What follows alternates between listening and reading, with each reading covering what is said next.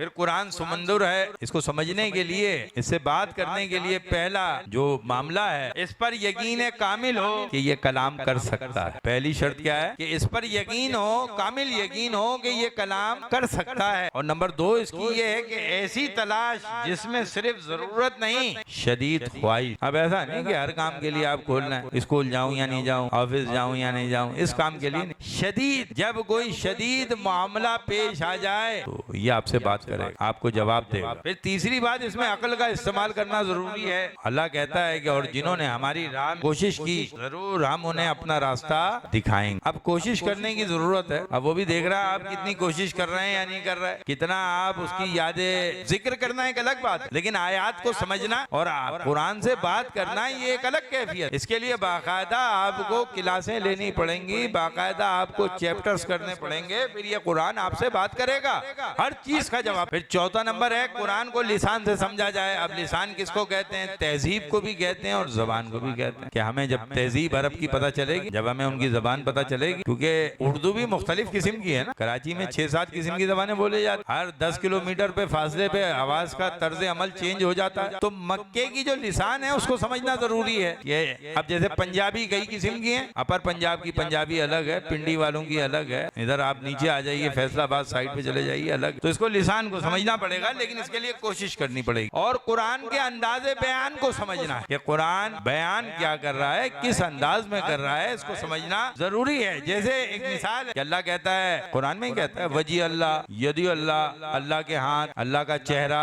ये तशबीहात हैं, ये तशबीहात। जैसे कहा कि जो इंसान दुनिया में अंधा होगा वहां भी अंधा उठाया जाएगा, तो इससे तो नाबीना आदमी परेशान हो जाएगा, भाई मैंने कोई गुनाह ही नहीं किया उसके बाद भी अंधा उठाया जाएगा। नहीं, ये तशबीहात कि जो ईमान वाले नहीं होंगे वो अंधे होंगे, जिनमें ईमान होगा वो अंधे नहीं होंगे, तो जिनके दिल ईमान से खाली होंगे वो अंधे होंगे।